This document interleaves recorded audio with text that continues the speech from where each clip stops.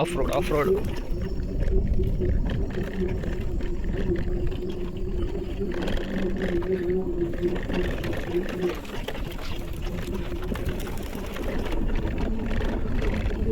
ತುಂಬ ಕೊರೆ ಬೀಳ್ತಾ ಇದೆ.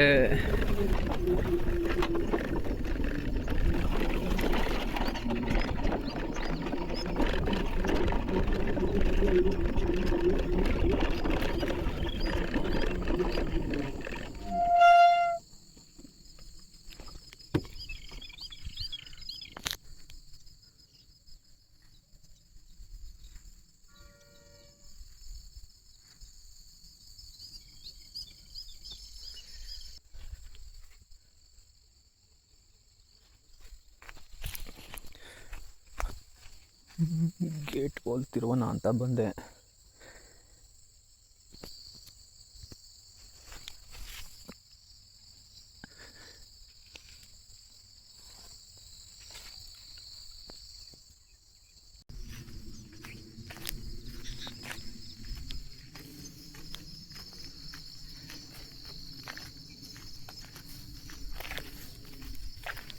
ಇವತ್ತು ತುಂಬ ಕೊರೆ ಬೀಳ್ತಾ ಇದೆ.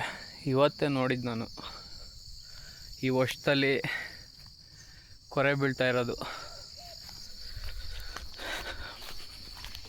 ಗೇಟ್ ವಾಲ್ ತಿರುಗಿಸೋಣ ಅಂತ ಬಂದೆ ಗೈಸ್. ನೋಡಿರೆ ಗಡ ಗಡ ಗಡ ಗಡ ಗಡ ನಡುಗಿಸ್ಕೊಂಡು ಬಂದೆ. ಗೇಟ್ ವಾಲ್ ತಿರುಗಿಸ್ಬೇಕು. ಅಲ್ಲಿ ಒಂದು ಹತ್ರ ಬಂದಿದ್ದೀನಿ. ಯಾವುದೋ ಒಂದು ಗಿಡಕ್ಕೆ ನೀರೇ ಹೋಗಿಲ್ವಲ್ಲ, ಕಟ್ಕೊಂಬಿಟ್ಟಿದೆ. ಕ್ಲೀನ್ ಮಾಡಬೇಕು ಕರೆಂಟ್ ಬಂದಾಗ.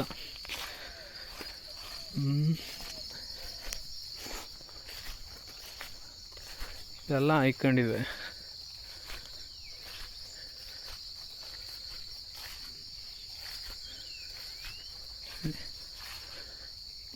ಇಲ್ಲಿವರೆಗೂ ಹಾಯ್ಕೊಂಡಿದೆ. ಇಲ್ಲಿಂದ ಕಟ್ಕೊಂಡಿರಂಗಿದೆ. ಕ್ಲೀನ್ ಮಾಡಬೇಕಾಗುತ್ತೆ. ಕರೆಂಟ್ ಬರಬೇಕು, ಅದಕ್ಕೆ ಕರೆಂಟ್ ಇಲ್ಲ. ಸೊ ಎಂಡ್ ಕ್ಯಾಪ್ ಬಿಚ್ಚಿ ಲಾಸ್ಟಲ್ಲಿ ಓಪನ್ ಮಾಡಿಬಿಟ್ರೆ ಗಲೀಜಿದ್ರೆ ಹೋಗುತ್ತೆ ಕರೆಂಟ್ ಬಂದಾಗ. ಕರೆಂಟ್ ಇಲ್ಲ ಅಂದರೆ ನಾನು ಏನು ಮಾಡೋಕ್ಕಾಗಲ್ಲ. ನೋಡಿ ಫ್ರೆಂಡ್ಸ್, ನರಿ ನೋಡಿ, ನರಿ ಬಂದು ಹೊಡೋಯ್ತು. ನೋಡಿದ್ರಾ?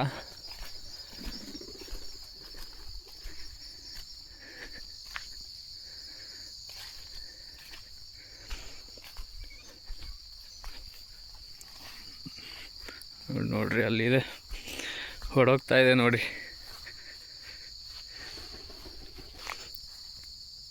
ಬಿದ್ದಗರಿನ ಅದೇ ಬುಡದಲ್ಲಿ ಅಳ್ಳಬೇಕು.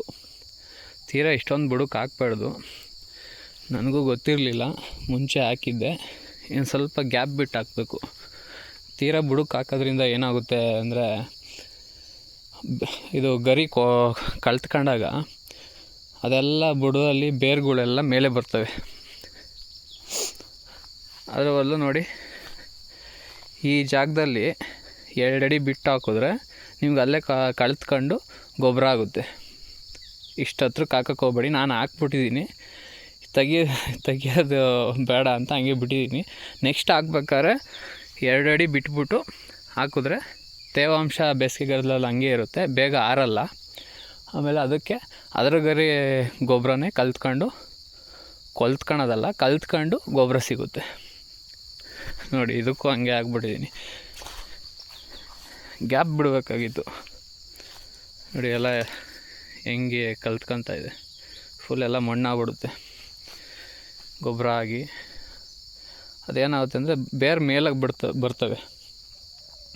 ಬೇರು ಮೇಲೆ ಬರೋದ್ರಿಂದ ಅದು ಈ ಕಡೆ ನಾವು ನೆಕ್ಸ್ಟ್ ಈ ಟೈಮ್ ಈ ಕಡೆ ಹಾಕಿದಾಗ ಬೇರೆಲ್ಲ ಮೇಲೆ ಕಾಣ್ತವೆ. ಈ ಕಡೆ ಹಾಕಬೇಕು, ಒಂಚೂರಿನ 2 ಅಡಿ ಬಿಟ್ಟು ಹಾಕಬೇಕಾಗುತ್ತೆ. ನೋಡಿ, ಇಲ್ಲೆಲ್ಲ ಹಾಯ್ಕೊಂಡಿದೆ ನೀರು.